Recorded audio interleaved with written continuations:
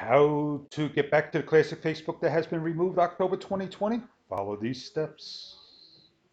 Will only take a minute or less to do.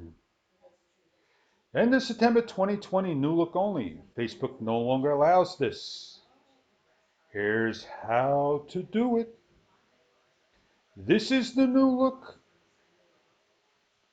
You're going to click the down arrows to open up the group area. In the group, you're going to follow these simple steps. Create a new group. Any name does not matter. Make it public or private.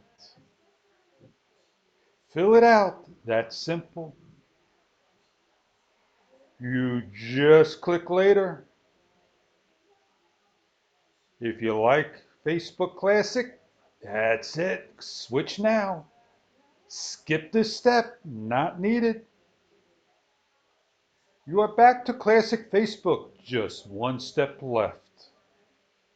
Leave the group. Confirm and done. Every 40 hours, this must be done.